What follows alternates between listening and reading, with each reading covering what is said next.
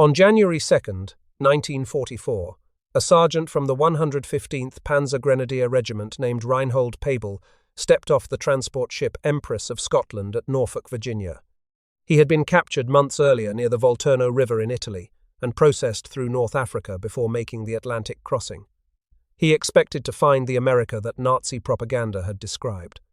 A nation of gangsters and mongrels, a country weakened by racial division and Jewish corruption, a decaying society that could never match the industrial might of the Third Reich. What Pabel found instead would shatter everything he believed. Guards directed him and hundreds of other German prisoners toward a waiting train. The men braced themselves for the boxcars they knew from military service, the cramped wooden containers that had carried them across Europe. Instead, they were ordered to board modern passenger coaches with upholstered seats. When a black porter came through offering coffee and sandwiches, treating them as though they were human beings, Pabel felt something shift inside him. He pressed his nose against the window as the train rolled through Virginia and Kentucky, watching a landscape that made no sense. Automobiles were everywhere, not military vehicles, private cars, hundreds of them on every road. Every farmhouse had electricity. Every barn had a tractor. The cities showed no bomb damage. The factories ran day and night, smoke rising from stacks that stretched to the horizon.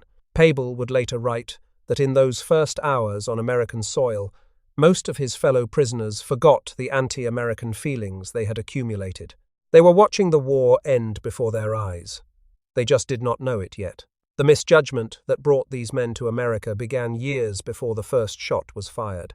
In Berlin, Adolf Hitler had constructed an elaborate mythology about the United States that his generals, his intelligence services, and his soldiers accepted as absolute truth. America was a mongrel nation, Hitler told his inner circle during long dinner conversations at his headquarters, half Judaized and half negrified. A country without real culture, without martial spirit, without the racial purity that gave Germany its inherent strength. Joseph Goebbels amplified this message through every channel of Nazi propaganda. German newspapers and radio broadcasts painted America as a land plagued by unemployment and gangsterism. American culture was borrowed and shallow, they claimed. American industry produced refrigerators and automobiles, not weapons of war. The photographs that German soldiers saw showed breadlines during the Depression and race riots in major cities. Al Capone represented American society. Lynchings demonstrated its moral bankruptcy. President Roosevelt was portrayed as a puppet of Jewish financiers, leading a nation too divided and too comfortable to sacrifice for war. German military intelligence compiled reports that supported these conclusions with apparent objectivity. In 1939, the United States Army ranked among the smallest in the world, smaller than Portugal's.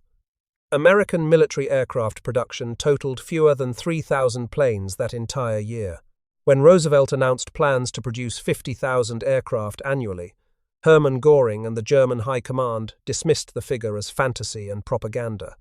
They had built the Luftwaffe from nothing and understood what aircraft production required: the specialized alloys, the precision engineering, the trained workforce, the years of accumulated experience. America had none of these advantages. The soldiers who would later become prisoners absorbed these messages completely. Many had been raised on Nazi ideology from childhood, educated in Hitler Youth programs that emphasized German racial superiority. They had watched the Wehrmacht conquer Poland in weeks, then France, Norway, Denmark, Belgium, the Netherlands, and most of Europe. They had seen newsreels of German tanks rolling through Paris while America remained neutral, seemingly confirming that Americans lacked the will to fight. When the Afrika Korps sailed for North Africa in 1941, these young men believed with absolute certainty that they were fighting for a superior civilization against a decadent enemy. When they faced American forces for the first time at Kasserine Pass in Tunisia in February of 1943, initial German victories seemed to prove the propaganda correct. American troops broke and ran. Equipment was abandoned. Command structures collapsed. More than 6,000 American casualties littered the battlefield. The soft Americans crumbled before German martial superiority, just as Hitler had predicted. Field Marshal Erwin Rommel initially scorned the green American troops. They seemed undisciplined and poorly led compared to the British forces he had been fighting for 2 years. German intelligence officers compiled assessments that confirmed what Hitler had always believed. American material abundance could be offset by German fighting quality. The debacle at Kasserine reinforced these conclusions. But Kasserine was not the end of the story. It was merely the beginning of a reckoning that would play out not on the battlefield, but in prison camps scattered across the American continent. Over the next 3 years, nearly 400,000 German soldiers would discover that everything they had been told about America was a lie. The capture came suddenly for most of them. In Tunisia, Rommel's retreat collapsed into mass surrender. On May 13, 1943, all Axis forces in North Africa laid down their arms. 275,000 Axis soldiers marched into Allied prisoner-of-war cages, more men than had surrendered at Stalingrad. Among them were the veterans of the Afrika Korps, elite soldiers who had fought across the desert for 2 years. They expected harsh treatment from their captors. Nazi propaganda had told them that Americans tortured prisoners, that the journey across the Atlantic would be brutal, that captivity would mean starvation and slave labor in conditions worse than anything they had experienced in combat. The reality confused them from the first moment of their capture. At processing centers in North Africa, American soldiers offered them cigarettes.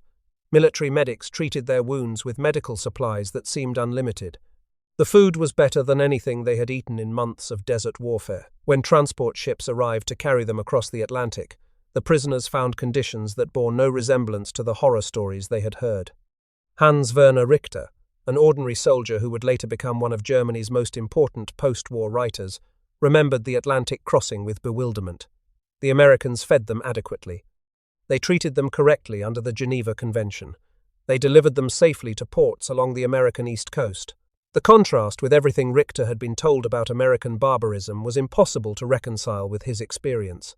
But the real shock came when they reached American soil. The first German prisoners from North Africa began arriving at American camps in June of 1943. Camp Hearn in Texas received its first contingent on June 3rd. Between May and October of that year, an average of 20,000 prisoners per month poured through ports along the American East Coast. They were transported across the Atlantic in Liberty ships that would otherwise have returned empty after delivering war supplies to Europe.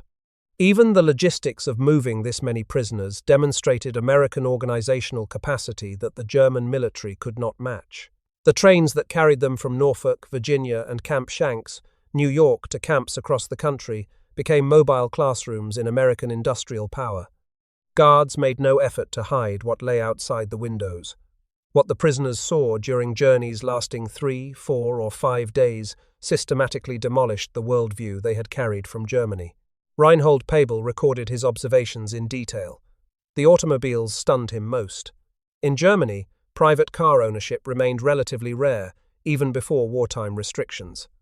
Here, ordinary farmers and workers drove their own vehicles. Gas stations appeared every few miles along the highways, suggesting fuel supplies that German military commanders could only dream of obtaining. The Luftwaffe was grounding aircraft for lack of fuel while American civilians drove to work each morning. The farms told another devastating story. German agriculture still relied heavily on horses and manual labor. Rural areas in Germany often lacked electricity and modern conveniences. American farms operated tractors and mechanical combines. Every farmhouse Pabel saw had electricity, a refrigerator, a telephone, and a radio. The prisoners saw fields that stretched to the horizon, worked by machines rather than men. They saw grain, elevators, and storage facilities, suggesting harvests beyond anything Germany could produce. The factories were worse still. As trains passed through Pittsburgh, Detroit, Chicago, and dozens of smaller industrial cities, prisoners watched smoke rising from plants that operated around the clock. They saw rail yards packed with freight cars carrying raw materials in one direction and finished products in the other. They saw shipyards along the rivers, building vessels at a pace that seemed physically impossible. Some prisoners, unable to accept what they were seeing, developed psychological defenses rooted in denial. According to historian Arnold Kramer, who spent decades researching this subject, some Germans convinced themselves that the Americans were driving the trains in elaborate circles to make the country appear larger than it actually was. Others insisted the routes had been carefully planned to avoid the devastated areas that Luftwaffe bombers must surely have created. Neither explanation survived contact with the reality that unfolded mile after mile, day after day. A prisoner named Hans Galhard transported to Camp Trinidad in Colorado, described a journey of roughly 100 hours. In that time, the train crossed distances that would have taken weeks to traverse in the cramped geography of Europe. The sheer scale of the American continent, combined with its obvious wealth and undamaged industrial capacity, made German victory seem not just unlikely but mathematically impossible. How could any nation defeat an enemy this large, this productive, this untouched by war? The camps themselves continued the education in American abundance. The Geneva Convention of 1929, which both Germany and the United States had signed, required that prisoners of war receive rations equivalent in quantity and quality to those provided to the detaining power's own depot troops. In practice, this meant German prisoners consumed the standard American garrison ration of approximately 3,000 to 3,600 calories per day. At the same time, civilian rations in Germany were declining toward the hunger levels that would characterize the final years of the war. The weight gain statistics tell this story with brutal clarity. One former prisoner, interviewed by historian Arnold Kramer, recalled that when he was captured, he weighed 128 pounds, and after 2 years as an American prisoner of war, he weighed 185. He had gotten so fat, he said, that you could no longer see his eyes. This was not an unusual experience. Gaining 20 or more pounds was routine for German prisoners in American custody. Initially, many prisoners burned their leftover food rather than return it to camp kitchens. They feared that if the Americans realized they could not finish their meals, their rations would be reduced. The idea that the enemy would feed them more than they could eat contradicted everything Nazi propaganda had taught them about American society and values. American newspapers complained bitterly about this generous treatment. Headlines denounced the prisoner of war camps as the Fritz Ritz, a contemptuous reference to luxury hotels. American citizens who faced rationing of meat, sugar, and cigarettes wrote angry letters to newspapers and congressmen demanding to know why German prisoners enjoyed these items in abundance. Beer sold for 10 cents a bottle in camp canteens. Cigarettes cost less inside the camps than they did in American civilian stores. The military response to these complaints was consistent and firm. The Geneva Convention required this standard of treatment. The United States would comply with its international obligations, regardless of public sentiment. Moreover, American prisoners in German custody depended on German compliance with the same convention. Treating German prisoners well was both a legal requirement and a practical strategy to protect American soldiers who had been captured. The scale of the American prisoner of war program itself testified to industrial and organizational capacity that German planners had never anticipated. At its peak, in May of 1945, the War Department held 371,683 German prisoners, alongside 50,000 Italians and nearly 4,000 Japanese. These men were distributed across 175 base camps and 511 branch camps spread across 45 states. Only Nevada, North Dakota, and Vermont hosted no facilities. The camp infrastructure varied across the country, but certain features remained remarkably consistent. Camp Concordia in Kansas covered 640 acres and contained 304 buildings. It included a 177-bed hospital, a fire department, cold storage facilities, and an educational program offering approximately 300 subjects. Prisoners could earn academic credits through courses approved by the University of Kansas. The German Reich Ministry of Education agreed to honor these credits, and 15 German and Austrian universities pledged to accept them after the war. Camp Aliceville in Alabama, the largest prisoner of war facility in the southeast with a population of 6,000 Germans, featured University of Alabama faculty members teaching courses whose transcripts could be sent to German educational authorities. This meant that prisoners could continue their education while in American captivity and receive recognition for it back home. Prisoners organized orchestras that performed classical music. They produced theatrical performances ranging from Shakespeare to contemporary drama. They formed soccer leagues, tennis tournaments, and bowling competitions. They published camp newspapers in German. They attended religious services led by their own chaplains. They maintained vegetable gardens that supplemented their already generous rations. Private radios were permitted in most camps. Motion pictures screened up to 4 nights per week. A former prisoner at Camp Aliceville wrote home describing the facility as a golden cage. The phrase became widely cited shorthand for the entire prisoner of war experience in America. The bars were real, the restrictions were genuine, but the cage itself was more comfortable than many prisoners had known in civilian life back in Germany. But the camps were far from paradise.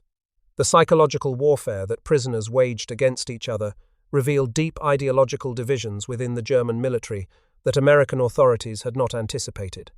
Initial estimates by Army intelligence suggested that roughly 25% of German prisoners were committed Nazis who remained true believers in Hitler and the Reich.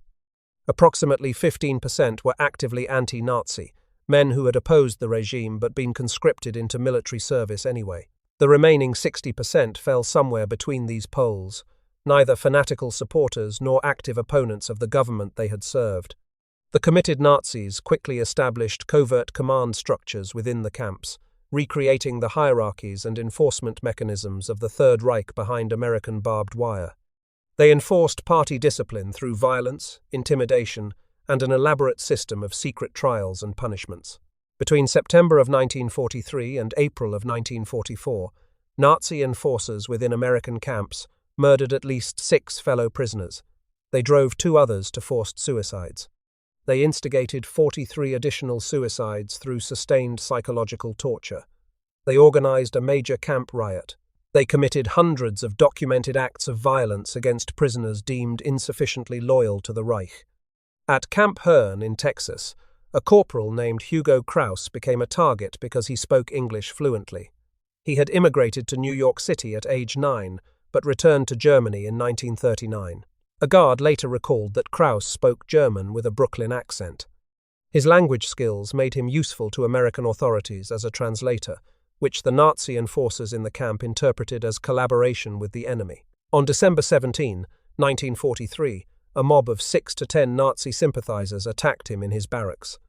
They beat him with clubs, nail-studded boards, and a lead pipe so severely that his skull was cracked open and both of his arms were broken.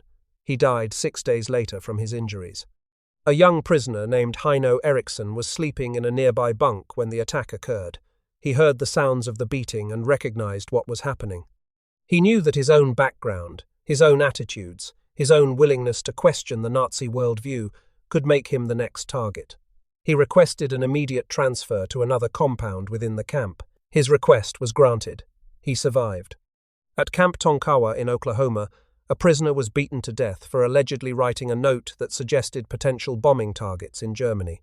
The note may have been intended to help end the war more quickly. The Nazi enforcers considered it treason punishable by death. In Kansas, a secret Nazi tribunal, operating within a prisoner compound, forced a fellow prisoner to hang himself. His crime was writing entries in his personal diary suggesting that National Socialism would ultimately ruin Germany. The diary was discovered. A trial was held in secret. The execution followed. In Arizona, 7 German U-boat crewmen hanged a fellow submariner who had become an informant for American military intelligence. The process of attacking prisoners convicted by these internal kangaroo courts became known among the Nazis as the Holy Ghost. The American military response to this internal violence was severe.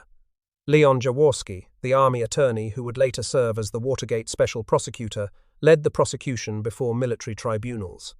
The trials were held in secret to protect the integrity of the proceedings and the safety of witnesses. 14 German prisoners were ultimately executed at Fort Leavenworth, Kansas, for murdering their fellow prisoners. A 15th conviction was commuted by President Truman to 20 years hard labor. The most fanatical and unrepentant Nazis were segregated to Camp Alva in Oklahoma, a facility designated exclusively for ideological hardliners who posed ongoing threats to other prisoners. Yet even as this internal warfare continued, the daily experience of American abundance worked its slow transformation on the majority of prisoners who fell into neither extreme camp. The labor program placed German prisoners in direct and sustained contact with American agricultural wealth and industrial capacity. The War Department had issued orders that every employable prisoner of war in the United States would be put to work on essential projects. This served multiple purposes.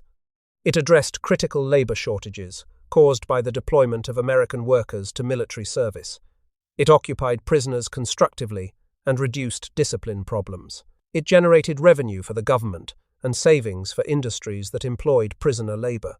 Prisoners earned a minimum of 80 cents per day in scrip that could be spent at camp canteens. Employers paid the government approximately $1.50 per day for each prisoner laborer. The difference flowed to the federal treasury.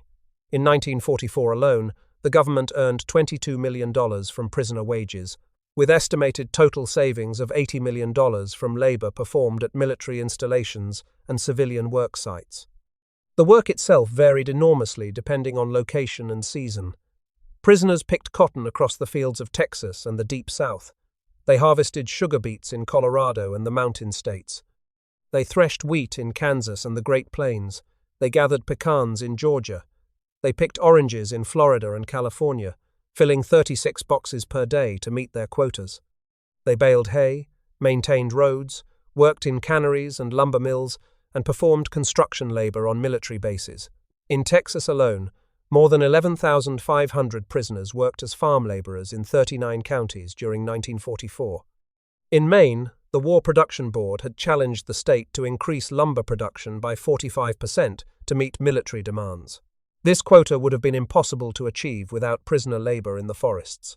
The labor program brought prisoners into daily contact with American farmers, many of whom bore German surnames: Hoffman, Schultz, Müller, Braun, Schmidt. Nazi propaganda had portrayed German Americans as losers and traitors who had abandoned the fatherland. The prisoners expected to find people ashamed of their heritage, living in poverty, regretting the choices their ancestors had made. Instead, these German-American farmers owned more land than aristocrats in Germany. They operated mechanical equipment that German farmers could not afford. They produced agricultural surpluses that American industry converted into weapons and shipped across oceans to destroy the Reich. They lived in comfortable houses with electricity, running water, telephones, and automobiles.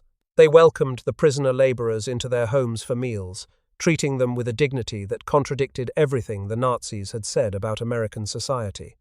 Many of these farmers had emigrated from the same German regions as the prisoners' own families. They spoke German dialects the prisoners recognized. They maintained traditions the prisoners knew from childhood. Yet they had prospered in America beyond anything possible in the old country. The prisoners watched men with names like their own uncles and cousins operating farms larger than entire German villages. The America that Goebbels had described as a land of gangsters and failures looked instead like a land of German success stories. Prisoners who worked near industrial facilities received an even more direct education in American productive capacity. Fort Eustis in Virginia held more than 4,300 German prisoners, the largest population in the state. The camp sat on the Virginia Peninsula near Newport News Shipbuilding, then the largest privately owned shipyard in the world. From their barracks, prisoners could see vessels under construction. The very ships that were strangling Germany's Atlantic supply lines were being built within sight of their imprisonment. The mathematical reality of the war became inescapable for any prisoner willing to calculate the numbers. Admiral Karl Donitz, commander of the German U-boat fleet, had staked Germany's Atlantic strategy on a simple equation. His submarines would sink Allied shipping faster than Allied shipyards could replace it. In the early months of 1942, this strategy appeared to be working. German U-boats prowled the American East Coast during what they called the Second Happy Time, sinking hundreds of merchant ships within sight of shore. Donitz calculated that his U-boats needed to sink 700,000 tons of Allied shipping per month to strangle Britain and prevent American reinforcement of Europe. In 1942, his submarines came close to achieving this target. The losses were catastrophic. Oil tankers burned off the coast of Florida. Cargo vessels went down within view of New Jersey beaches. But even as the U-boats chalked up their kills, American shipyards were accelerating production at rates the German High Command had dismissed as impossible propaganda. In 1942, American yards launched 8 million tons of new shipping. In 1943, they launched 19 million tons. By the fall of 1943, new construction exceeded losses for the first time. Every ship the U-boats sank was replaced by 2 more. Henry Kaiser's shipyards in Richmond, California were shattering production records. In November of 1942, Kaiser's workers built the Liberty ship Robert E. Pace. Peary in just 4 days, 15 hours, and 29 minutes as a demonstration of what American industry could accomplish. While this was a publicity event rather than routine production, Kaiser's average construction time still dropped from 131 days for his first ship to roughly 42 days by 1944. The pre-war industry average had been over 200 days. In May of 1943, Donitz was forced to withdraw his U-boats from the Atlantic. In a single month, 43 submarines had been lost. The tonnage they sank no longer justified the casualties they suffered. The Battle of the Atlantic, which Germany needed to win to have any hope of victory, was effectively over. The production numbers extended far beyond shipbuilding. American aircraft factories had undergone the same explosive growth. By 1944, they manufactured more than 96,000 military planes in that single year. That production exceeded Japan's total aircraft output for the entire war. Ford's Willow Run plant outside Detroit achieved a peak rate of one B-24 heavy bomber every 63 minutes in April of 1944. German prisoners who had served in the Luftwaffe grasped these numbers immediately. They had watched their own air force bleed out slowly through attrition, unable to replace the pilots and aircraft lost in combat. They knew that German training programs had been cut short, that inexperienced pilots were being sent into battle, that fuel shortages were grounding operational aircraft. Now they could see where all those American planes were coming from. The factories ran 3 shifts, 24 hours a day, 7 days a week. The assembly lines never stopped. German prisoners who had served on U-boats understood these numbers with visceral clarity. They had watched their comrades die in submarines that could not be replaced fast enough. They had seen the ratio of losses shift decisively against Germany month by month. Now, standing in American camps, watching American factories and shipyards from train windows and work sites, they could see the industrial machine that was systematically crushing their nation. The war was already lost. The fighting would continue, but the outcome was no longer in doubt. The turning point for many prisoners came after Germany's unconditional surrender in May of 1945. American military authorities organized mandatory screenings of documentary footage from the Nazi concentration camps at Dachau, Auschwitz, Buchenwald, and Bergen-Belsen. The films showed the horrors that most ordinary German soldiers had known nothing about: piles of emaciated corpses stacked like cordwood, skeletal survivors too weak to stand, gas chambers disguised as shower facilities, crematoria working around the clock to dispose of the evidence, mass graves containing thousands of victims. The prisoners called these films Knochenfilmen, meaning bone films. The screenings were mandatory. No one was permitted to look away. Gerhard Hennes, a former prisoner who later recorded his memories, remembered the reaction in his camp. The prisoners stared in silence, struggling but unable to believe what we Germans had done to Jews, gypsies, prisoners of war, and many others deemed inferior or expendable. There were no protests. No claims of Allied fabrication. The evidence was too overwhelming, too detailed, too clearly documented to deny. At Camp Butner in North Carolina, approximately 1,000 German prisoners voluntarily burned their Wehrmacht uniforms after viewing the concentration camp footage. They wanted no further association with the government that had perpetrated these crimes. Helmut Horner, a prisoner held at Camp Greeley in Colorado, recorded his reaction in a journal that was later published as a German Odyssey in 1991. He wrote that the newspapers had poisoned the atmosphere with their reports of the German concentration camps, about whose existence he had no idea. But now, he said, we have to bear the consequences of the inhumane crimes, even though it surpasses our understanding. The combination of material abundance and moral revelation created a psychological crisis that no amount of propaganda could resolve. The nation that Nazi ideology had described as degenerate and weak had not only defeated Germany militarily, but had done so while maintaining standards of prisoner treatment that shamed the conduct of the Reich itself. Americans fed their enemies better than Germany fed its own citizens.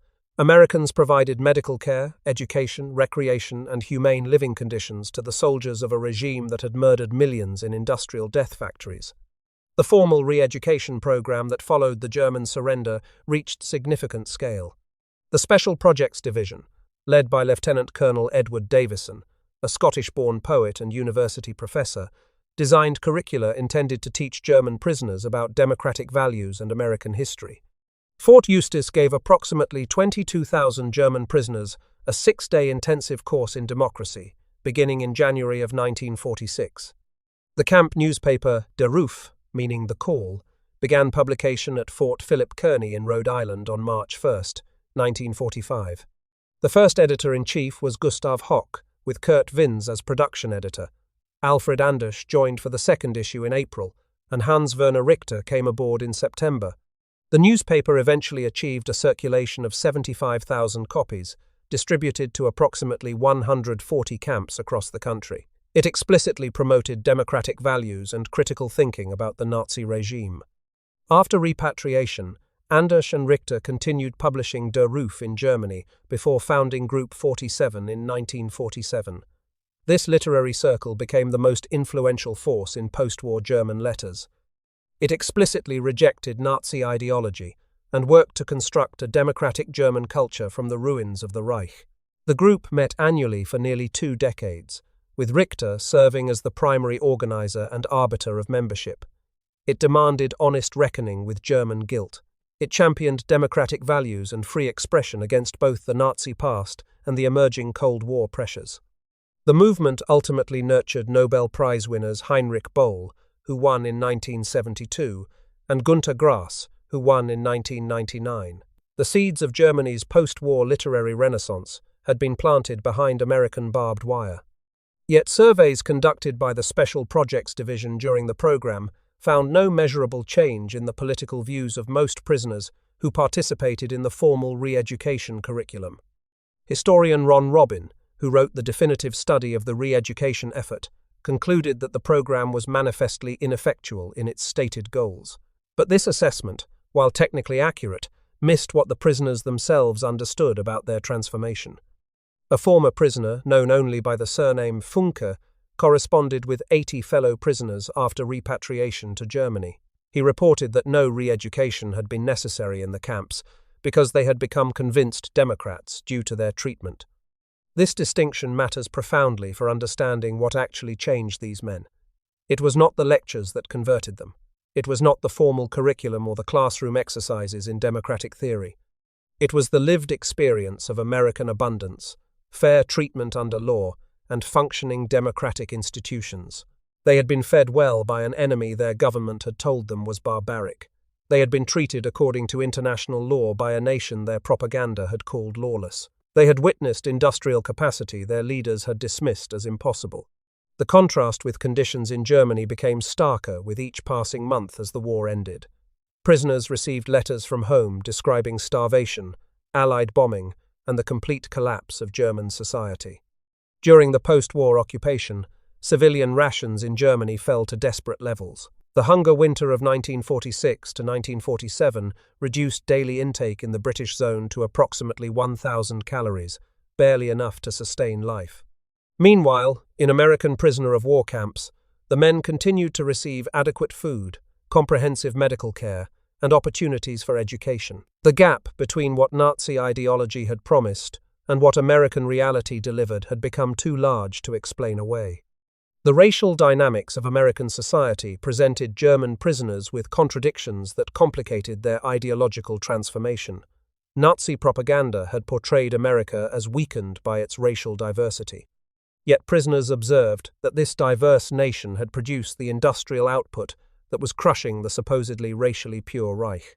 In the segregated American South, white German prisoners sometimes had access to facilities denied to black American soldiers, an irony that some prisoners found deeply troubling.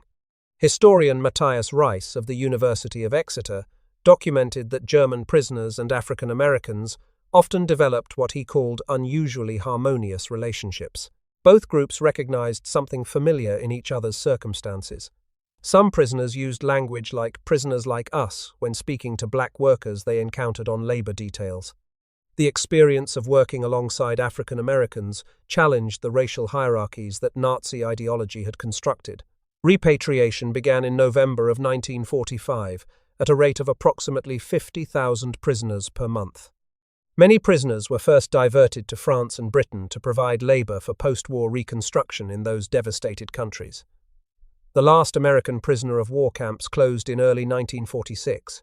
The men who returned to Germany carried with them an understanding of American power that would shape the post-war world. They had seen the arsenal of democracy firsthand. They had been fed by it, housed by it, educated by it. They returned to a nation in ruins and helped rebuild it according to principles they had learned from their former enemies. Many returning prisoners found themselves explaining to fellow Germans what they had witnessed. Their families and neighbors had experienced only the destruction of war. The prisoners could describe what they had seen on the other side, the abundance that had seemed impossible, the industrial capacity that had made German defeat inevitable, the treatment they had received that contradicted everything Nazi propaganda had claimed.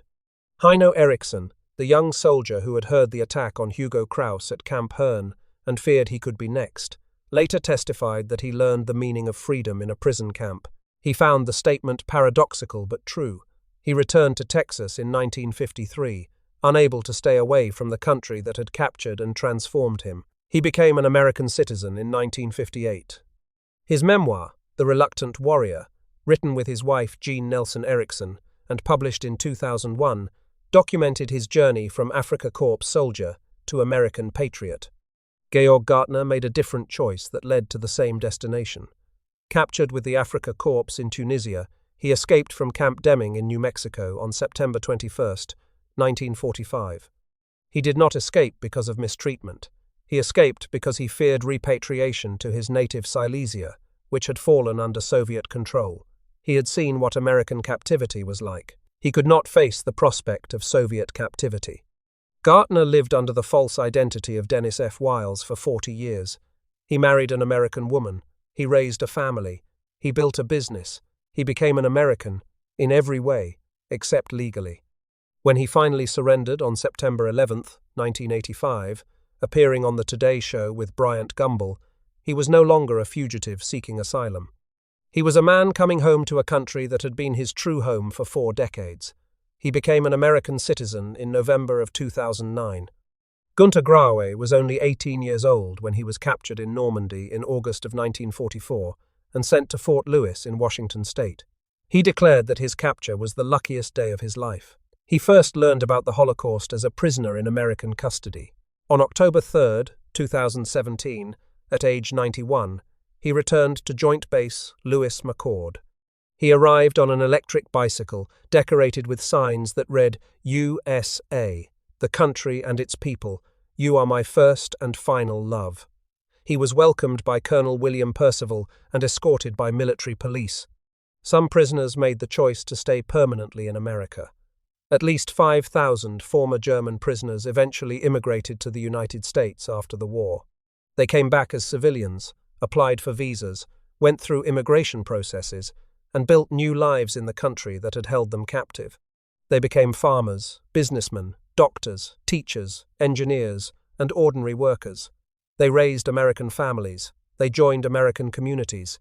The enemy soldiers became neighbors and citizens. The story of German prisoners in America contains lessons that extend beyond the specific circumstances of the Second World War. Hitler's misjudgment of American industrial capacity was not simply an intelligence failure that better analysis could have corrected. It was an ideological blindness built into the foundations of Nazi racial theory. That theory required America to be weak. A nation composed of immigrants from dozens of countries and races could not, according to this worldview, produce the industrial might or martial spirit needed to defeat the racially pure Aryan master race.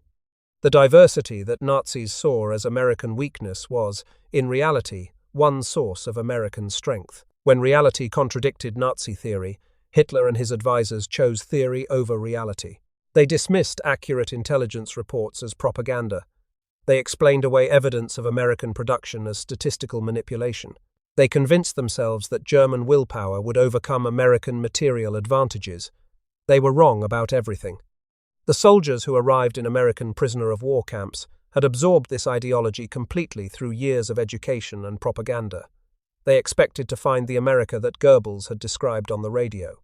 What they found instead was a nation that contradicted every assumption they had been taught to hold. The transformation these men underwent demonstrates something important about how deeply held belief systems collapse. It was not logical argument that changed their minds. It was not lectures or formal education. It was accumulated experience that became impossible to deny. The upholstered seats on the prisoner transport trains, the coffee offered by a black porter who treated them with dignity, the automobiles on every road, the electricity in every farmhouse, the tractors in every field, the food they could not finish, the factories running day and night. Each of these details was insignificant on its own. Together, they formed an overwhelming weight of evidence that no ideology could sustain. The men who arrived in America, believing in inevitable German victory, left knowing that victory had always been impossible. This pattern repeats throughout history. Nations that close themselves to outside information develop distorted views of the world. Leaders who punish honest assessment create systems that tell them what they want to hear rather than what they need to know. The gap between propaganda and reality can persist for years, even decades, but it cannot persist forever. Eventually, reality intrudes. Germany lost the Second World War twice. The first defeat came on the battlefields of North Africa, Sicily, Normandy, and the Rhineland. The second defeat came in the minds of soldiers who watched American industry from train windows and prison camps. The military defeat ended the fighting. The psychological defeat ended the ideology. The factories that German prisoners watched from their trains have mostly been demolished or converted to other purposes. The camps have been dismantled or repurposed for peacetime uses. The prisoners themselves have passed into history. The last survivors are now in their late 90s, living memories of a transformation that seemed impossible when it began. But their testimony remains preserved in archives, libraries, and published memoirs. In letters, diaries, interviews, and oral histories, these men documented what they saw and what it meant to them. They recorded the moment when belief collapsed, when propaganda dissolved, when the evidence of their own eyes became impossible to deny. Reinhold Pabel, the sergeant who stepped off a ship at Norfolk expecting to find a decaying nation of mongrels, eventually wrote a book about his experience. He titled it "Enemies Are Human," published in 1955. After escaping from Camp Grant, Illinois in September of 1945, he lived under the false name Philip Brick in Chicago for 8 years. He opened a bookstore on the North Side. He married an American woman. He built a life in the country that had captured him. When the FBI finally discovered his true identity in March of 1953, he faced deportation proceedings. But his American neighbors rallied to his defense. They wrote letters to congressmen. They testified on his behalf at hearings. They argued that a man who had built such a productive and honorable life deserved to remain in the country he had come to love. Pabel stayed. He became an American citizen. He died in the country he had once fought against, surrounded by the people who had once been his enemies. His story captures the essence of what happened to hundreds of thousands of German prisoners during and after the Second World War. They arrived as enemies. They departed as witnesses to a truth their leaders had denied. Many of them returned to help build a democratic Germany from the ashes of the Reich. Some of them came back to America and became citizens of the nation that had defeated them. All of them carried forward an understanding of American industrial power that no amount of propaganda could erase. What Hitler could not see, what Goebbels could not admit, what the German High Command could not accept, the prisoners understood within days of their arrival on American soil. A nation that could produce this much, that could feed its enemies this well while fighting a war across 2 oceans, could not be defeated by martial spirit alone. The prisoners were the first Germans to understand this truth. They would not be the last. When they returned home and told their stories, they helped create a Germany that would never again underestimate the power of the nation that had defeated it. Many became advocates for democracy, for transatlantic partnership, for the values they had witnessed in action during their captivity. The evidence that changed their minds remains visible today for anyone willing to observe it. American productive capacity did not vanish after the war. It grew. The farms still produce surpluses that feed nations around the world. The factories, though transformed by technology, still manufacture goods on a scale that dominates global trade. The infrastructure still functions.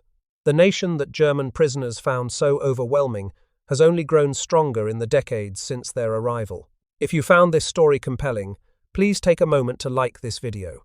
It helps us share more forgotten stories from the Second World War. Subscribe to stay connected with these histories that deserve to be remembered. Leave a comment below telling us where you are watching from. Our community spans the globe, united by an interest in understanding what truly happened during history's greatest conflict.